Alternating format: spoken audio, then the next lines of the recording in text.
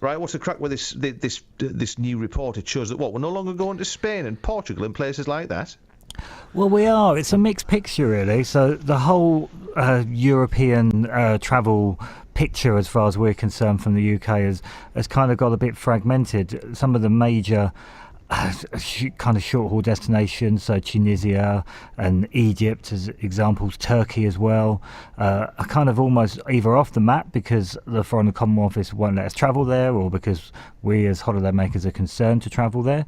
So a lot of the capacity has been taken out of these countries and it's been moved into places such as Spain and Portugal, so they will be very popular this summer. But then at the same time, that capacity has been moved to much more further afield destinations, so Mexico, Cuba, China, India, even Iceland actually.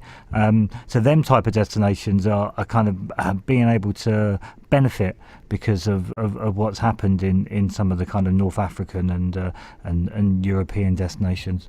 And then at the same time, the tour operators are investing and the airlines are investing in much more comfortable, much more bigger, newer planes, so then we can fly further afield. It's far much more comfortable and much more fun. So that's why you're seeing destinations like Mexico and Cuba and India and China really rise up the holiday list. Well, I guess as long as you're quite prepared to ignore the odd shanty town and corrugated sheet metal shack, you get fantastic bang for your buck as well, don't you? In India and in Cuba, you get really good returns on the pound.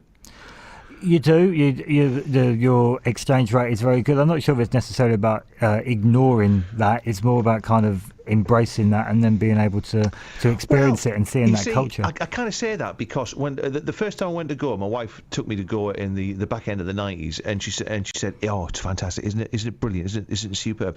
And when we got to the airport and we got into the little taxi that drove us from the airport to the resort, you travel through some villages that are made up of, they are like little shanty towns, and you look at this and you just go, hang on a minute. I mean, my thought was, surely to God, there is so much money in India that it doesn't have to be like this at all, and so that kind of pulls at your heartstrings a little bit. But the people there, I've got to say, seem so incredibly happy and so incredibly well adjusted that you'd almost feel like you'd be doing a disservice if you were saying, hang on a minute, it doesn't have to be like this, you know. Yeah, I know what you mean. I remember the first time I went to South Africa and you leave the airport of Cape Town and as you say, you're driving through and past all these shanty towns and you're going to your nice apartment and yeah, it does pull on the heartstrings a bit.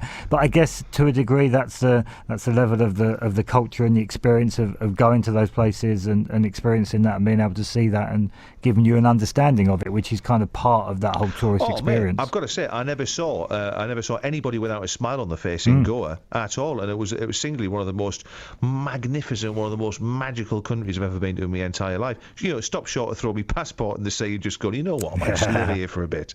That's it, isn't it? And that's what going on holidays about, isn't it? Seeing them new cultures and meeting new people. When it gets hold of you as well, when the culture gets a hold of you. I mean, one of the things that I loved about India was the fact that, certainly about Goa, was the fact it was Portuguese until about 1965, and so you've got this huge mishmash of religions living together perfectly happily, no hassles. You've got Catholics, you've got Hindus, you've got Buddhists, you've got all kinds of people living together, and there's just absolutely there seems to be no religious upheaval whatsoever. And when you look at some of the problems that we've had much closer to home over the last 40 or 50 years, you just go, well, hang on, they managed to do it. Yep, no, and that's it, isn't it? That's what holidaying's about, to being able to see that and see how the cultures merge and the architecture and all of that, and you know, being able to take that home and sharing it. You mentioned there that the some of the places that we can't go because we've been advised to, I mean, essentially not to go by the Foreign Office, if you like. I mean, even when there's not a recommendation from the Foreign Office not to go to a certain place, all it takes is a little bit of publicity, a little bit of bad publicity. I should imagine that you do see bookings on the slide. I mean, after the shootings in Tunisia last year, I should imagine holidays to Tunisia slip right down. Yeah, but I mean, Tunisia was unfortunately taken off because of the Foreign and Commonwealth Office. But I was actually in Turkey last summer, and it was actually the week after the failed coup. So yeah, I mean, and you could see that as a destination was really suffering. What did that feel like? To be honest, if I'd never seen it on the news, I would never have known that Really? There wasn't like any yeah, air of tension in the air or anything, or? No, not at all. And we actually, to get to the resort where we were staying at, we drove down the road where the president, the prime minister, was kind of blocked off.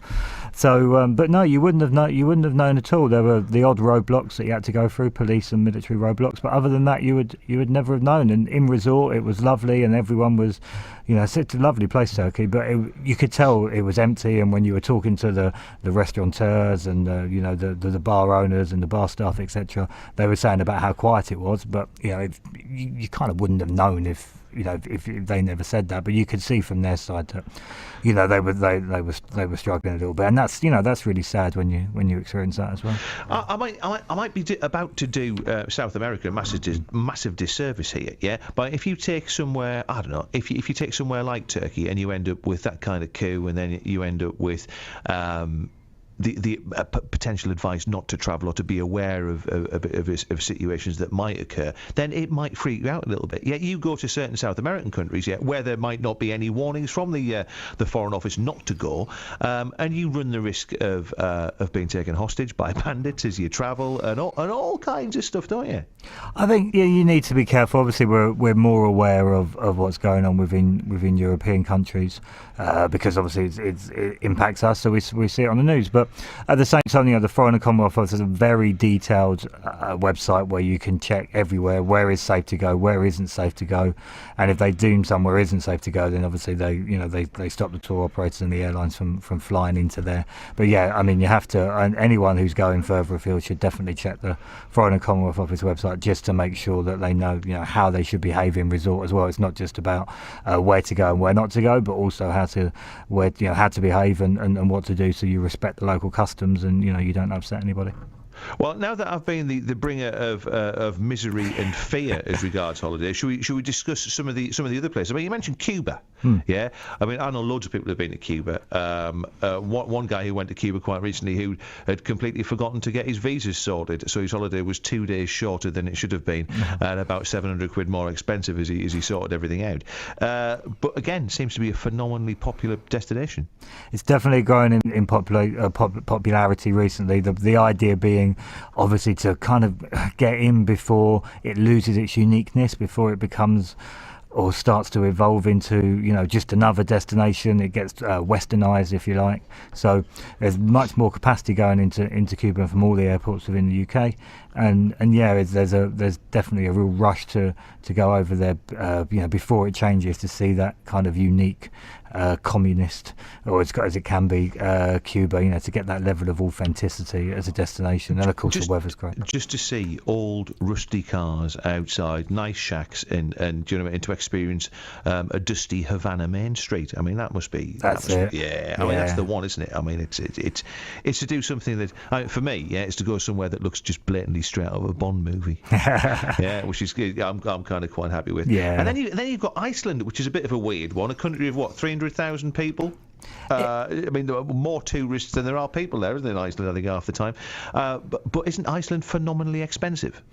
I believe it is expensive, but again, bizarrely, probably the real weirdness about it is the reason why. It's because they beat us at football, and now everyone's got really interested in going.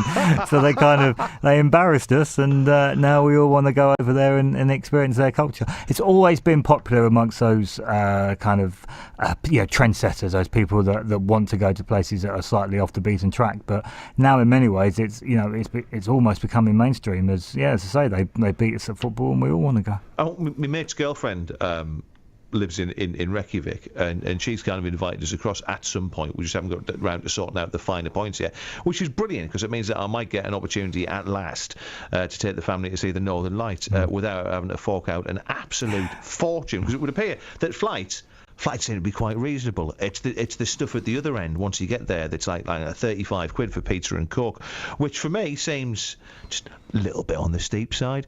So it would almost make that kind of trip affordable, which would be nice, because I would love to go somewhere and see the Northern Lights. It would be great, wouldn't it? Have you ever seen them? I haven't, but you're right. Iceland, when you get there, is somewhere that is more expensive than we are used to.